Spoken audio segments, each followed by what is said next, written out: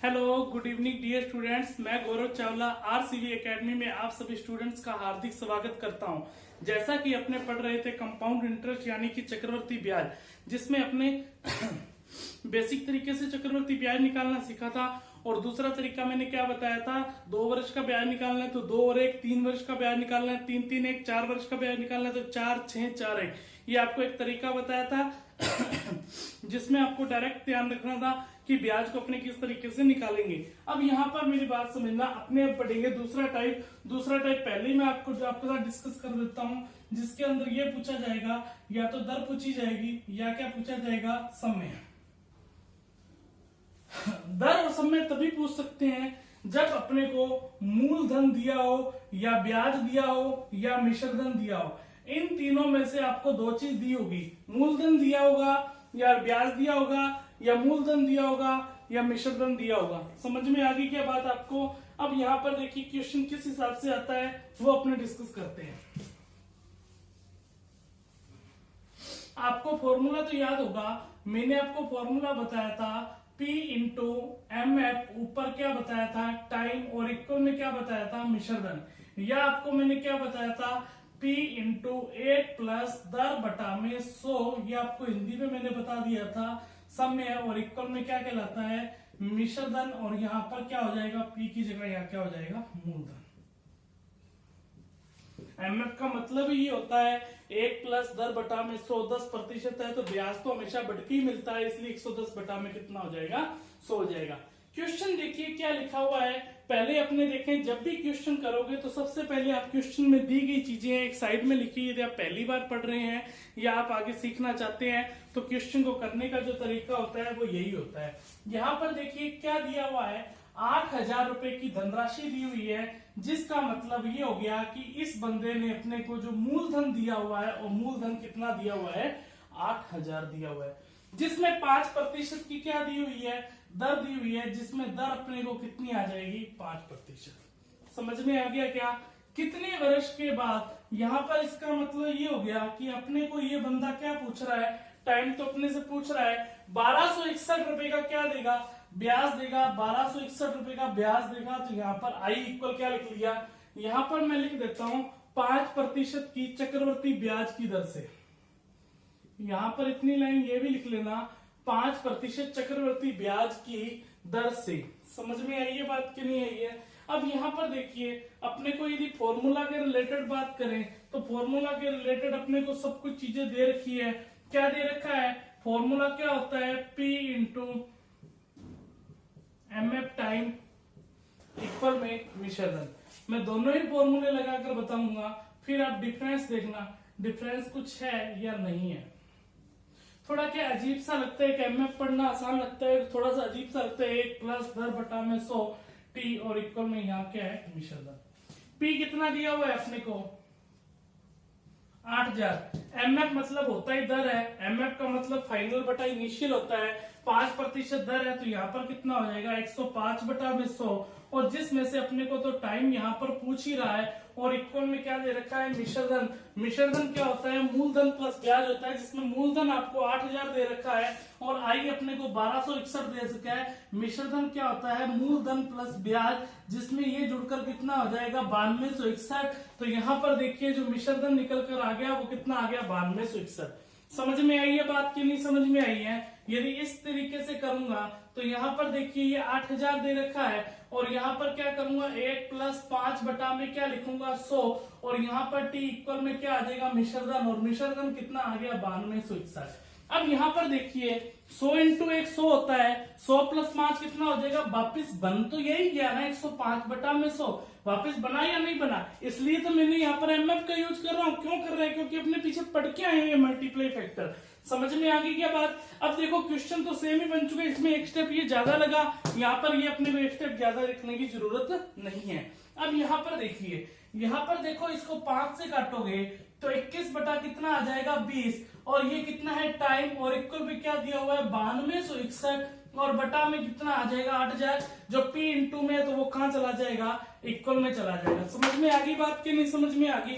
आपको बात अच्छे से समझ में आ गई होगी। अब यहाँ पर देखिए आपको सोचना क्या है, आपको दिमाग ये लगाना है कि ये 9261 है, ये 8,000 है।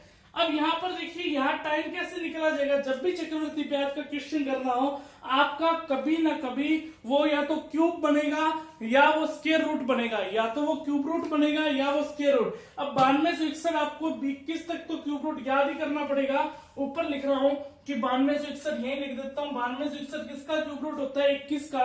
और यहाँ पर 8,000 किसका होता है, 8,000 किसका होता है, 20 का होता है। तो इसका मतलब मैं ये लिख सकता हूं 21/20 की क्यूब लिख सकता हूं क्या,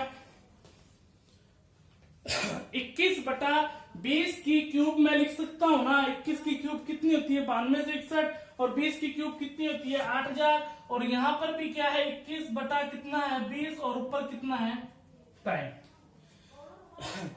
ये इसको अपने काट देते हैं तो टाइम बच जाता है। टाइम कितना बच गया, टाइम इक्वल कितना आ गया 3 वर्ष। ऐसे कभी भी कटता नहीं है, ऐसे कभी भी कटता नहीं है, पर चक्रवृद्धि ब्याज में अपने ऐसा कर सकते हैं 21/20, क्योंकि यहाँ पर अपनों बेस समान कर दिया।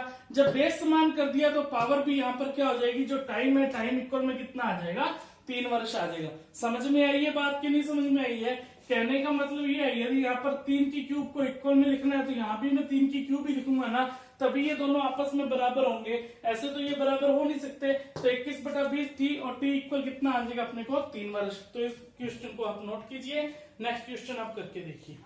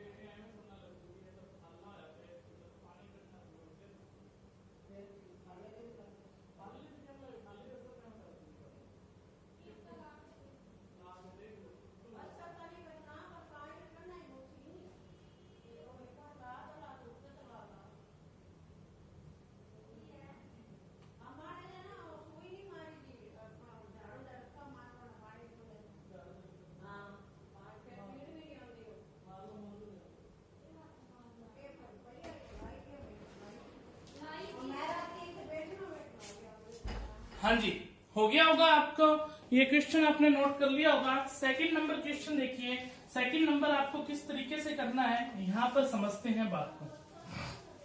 देखो तरीका आपको यही रखना है, तरीका आपको नहीं बदलना है। अब सेकंड नंबर क्वेश्चन यहाँ पर देखिए P इंटू एम एफ, और ऊपर कितना है अपने को टाइम, और इक्वल में कितना है मिश्रधन। फॉर्मूला तो यही है। अब 1000 रुपए की क्या दे रखी है धनराशि, जिसमें P इक्वल कितना है 1000 रुपए, और अपने को दर यहाँ पर पूछ रहा है दर का कितना है, यहाँ पर क्वेश्चन मार्क लिख दिया। और इस बार टाइम दे रखा है 2 वर्ष, इस बार दर नहीं दी हुई है, जिसमें मिश्रधन आपको दे रखा है 1210 रुपए हो जाएगी। हो जाएगी का मतलब क्या होता है मिश्रधन। और यहाँ पर क्वेश्चन में लिखा गया होगा चक्रवर्ती ब्याज की दर से, मैंने नहीं लिखा तो आप यहाँ घबराइए मत। चक्रवर्ती ब्याज की दर से यहाँ लिखा गया होगा, नहीं लिखा तो वो साधारण ब्याज माना जाएगा। अब यहाँ पर देखिए P कितना है अपने पास 1000 रुपए, MF अपने को दिया नहीं हुआ, टाइम अपने को 2 वर्ष, और इक्वल में मिश्रधन 1210। 0 से ये 0 कट जाएगी, और 121 बटा में कितना आ गया 100, और इक्वल में कितना आ गया MF की क्या हो गया स्क्वायर। अब यहाँ पर देखिए क्या 121/100 को मैं 11/10 लिख सकता हूँ क्या, 11/10 की स्क्वायर लिख सकता हूँ, लिख सकता हूँ। लिख सकता हूँ कि नहीं लिख सकता, लिख सकता हूँ, क्योंकि 11 की स्क्वायर करोगे 121 होता है, 10 की स्क्वायर करोगे 100। अब यहाँ पर देखो ये पावर से पावर काट देते हैं, ऐसा कटता कभी भी नहीं है, पर मैं इसलिए काट रहा हूँ क्योंकि चक्रवर्ती ब्याज में अपने को क्वेश्चन करने के लिए शॉर्टकट बता रहा हूँ, ऐसा होता संभव है इसलिए बता रहा हूँ। तो यहाँ पर देखिए आप MF का जो मान निकल कर आ गया, वो MF का मान निकल कर कितना आ गया 11/10 आ गया। तो ऊपर वाली वैल्यू कौन सी होती है फाइनल, और नीचे वाली वैल्यू कौन सी होती है, इनिशियल। याद कीजिए जब अपने प्रतिशत पढ़ के आए थे तो यही चीजें तो पढ़ के आए थे। बढ़ कितना गया, 1 गया, किससे बढ़ा, 10 से। प्रतिशत में बताना इंटू में 100, तो 0 से 0 कट गया, तो आंसर निकलकर कितना आ गया, जो दर थी वो दर निकलकर कितनी आ गई, 10%। समझ में आई है बात की नहीं समझ में आई है। 2 क्वेश्चन मैं आपको और दे रहा हूं, आप खुद करके देखिए इस क्वेश्चन को कि आप कर पाते हो कि नहीं कर पाते हो। 2500 रुपए की जो धनराशि है, किस दर प्रतिशत से चक्रवर्ती ब्याज की, किस दर प्रतिशत से कितने वर्ष के बाद, वर्ष में यहां पर दे देता हूं आपको, 2 वर्ष के बाद, 2 वर्ष के बाद 3600 रुपए हो जाएगी, 3600 रुपए हो जाएगी, 3600 रुपए हो जाएगी। ये आप क्वेश्चन कीजिए 3 नंबर।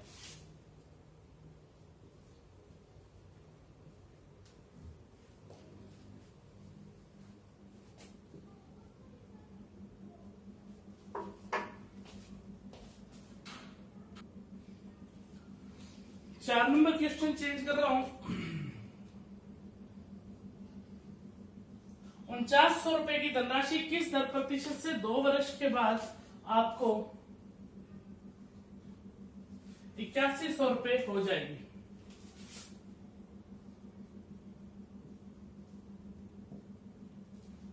8100 रुपए हो जाएगी। कीजिए ये दोनों क्वेश्चन।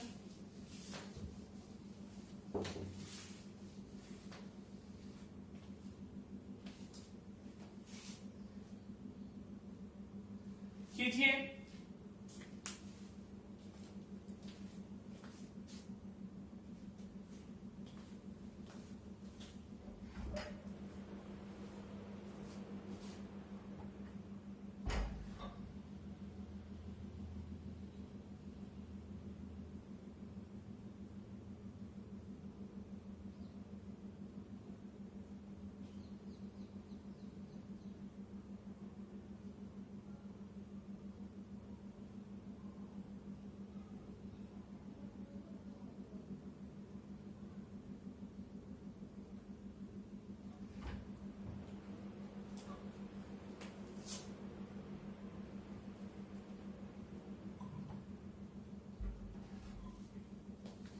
हाँ जी, हो गया होगा 3 नंबर क्वेश्चन। तो आपसे 3 नंबर क्वेश्चन क्या कह रहा है, 2500 रुपए की जो धनराशि है, मतलब कि P इंटू, यहाँ पर मैं डायरेक्ट कर रहा हूँ MF टाइम, और इक्वल में कितना है मिश्रधन।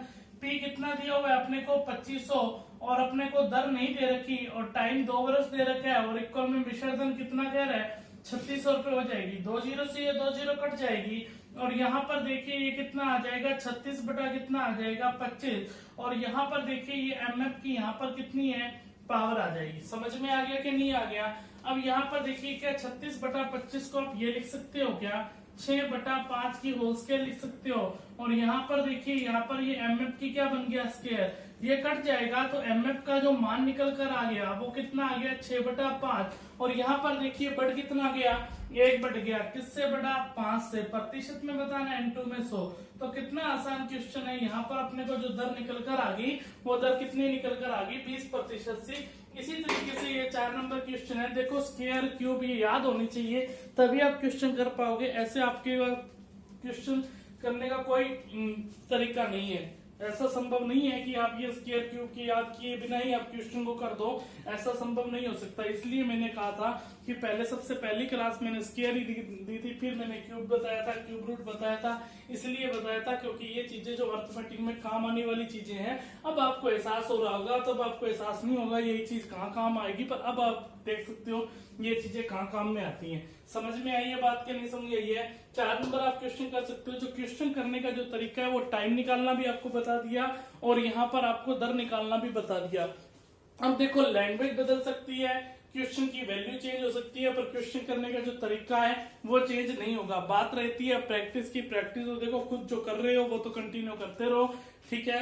हमारा जो अभी जो स्कीम चल रही है वो डिजिटल बोर्ड लाने की चल रही है। यदि डिजिटल बोर्ड हम जल्द से जल्द लाते हैं तो हम जल्द ही जो प्रैक्टिस सेक्शन है वो भी आपका जल्द बहुत अच्छे से स्टार्ट हो जाएगा, क्योंकि डिजिटल बोर्ड का फायदा ये होता है आपका टाइम ज्यादा खराब नहीं होता है और लाइव क्लासेस के अंदर है क्वेश्चन एकदम जल्दी से स्क्रीन पर आता है और हम इस क्वेश्चन को लिखना नहीं पड़ता है। आप ये बातें सब समझते होंगे, ठीक है।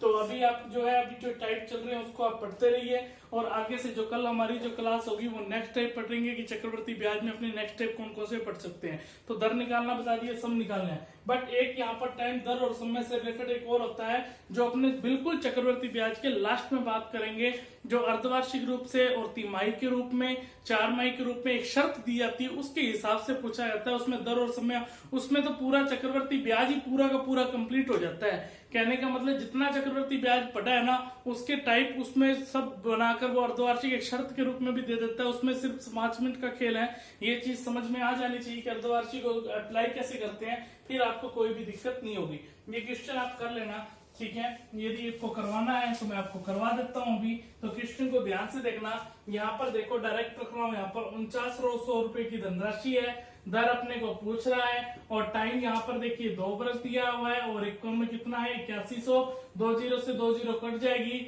और ये 9 की स्क्वायर होती है 8100 डायरेक्ट कर रहा हूँ, 9/7 की क्या हो जाएगी स्क्वायर हो जाएगी। क्लियर है, क्योंकि 49 बटा में आ जाएगा और इक्वल में यहाँ पर देखिए एमएफ की कितनी है अपने को स्क्वायर, ये कट जाएगा तो यहाँ पर देखिए बढ़ कितना गया 2 किससे बढ़ा है 7 से, इंटू में 100, जिसका आंसर अपने पास क्या आ जाएगा 28 सही 4/7 जो दर पूछी जाएगी वो क्या निकल कर आ गई 28 सही 4/7। समझ में आ गई होगी बात। तो आप क्वेश्चन को अच्छे से नोट कर लीजिए, समझ लीजिए और मिलते हैं अपने कल नेक्स्ट क्लास में। तब के लिए आपके प्यारे स्टूडेंट सबको मेरी तरफ से धन्यवाद।